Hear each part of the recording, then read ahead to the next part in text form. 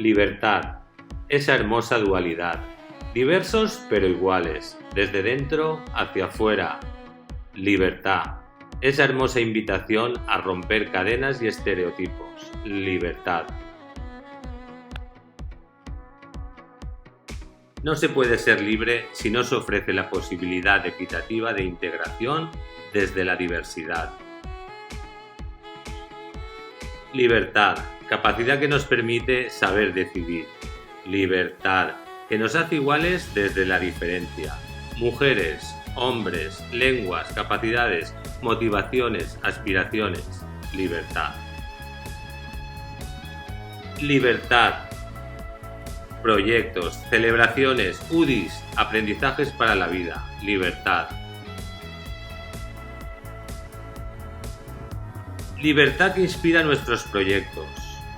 Ser libres para elegir, para creer en nosotros mismos, para abrir nuestras alas desde nuestra autenticidad, comprometidos en la construcción de una ciudadanía europea libre y solidaria.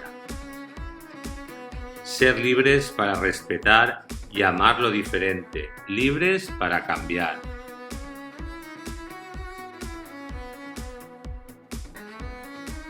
Libertad que abandera nuestras celebraciones.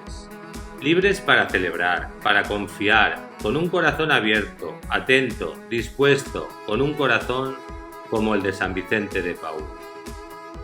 Libres para perdonar, libres para reivindicar, libres para invocar la paz.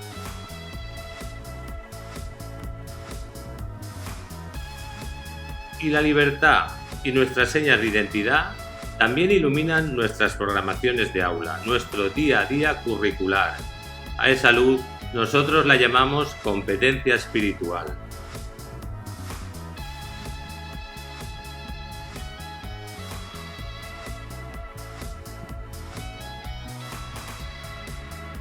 Si 4 son las dimensiones sobre las que se sustenta la competencia espiritual, si a cada una de esas dimensiones se las conoce gracias a una serie de descriptores, y si esos descriptores nos ayudan a identificar qué indicadores de logro normativos contienen rasgos de los mismos, nosotros a esos indicadores los pintamos de morado y los dejamos iluminados. Iluminados para que cuando lleguen a las programaciones nos anuncien que ahí se puede ir a más. Y ahí se puede realizar una integración consciente de aprendizaje en valores cristianos.